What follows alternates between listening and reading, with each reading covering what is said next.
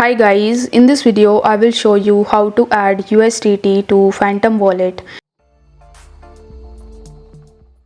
In order to do this, you first have to launch your Phantom wallet, and after that, in order to add USDT on the home page, you need to make sure that you have enough USDT in your account.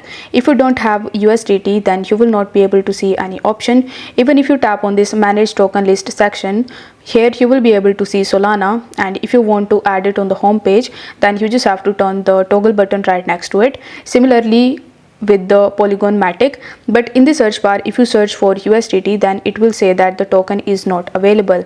It is because I currently don't have USDT in my account. So if you have Solana, Ethereum or Polygon Matic in your Phantom account, then you will have to tap on the swap button in the bottom, and then in this search bar in the top you will have to search for the token that you have. Let's say you have Solana, so you will have to select Solana.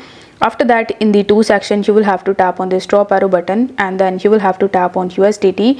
Then you will have to first swap or convert your Solana into USDT, and once you have USDT in your account, it will automatically come on the home page. But if it doesn't come, then you will have to tap on a manage token list section, search for USDT in this section, and once you have found USDT, you just have to turn the toggle button right next to it. So this way you will be able to easily add USDT to Phantom wallet.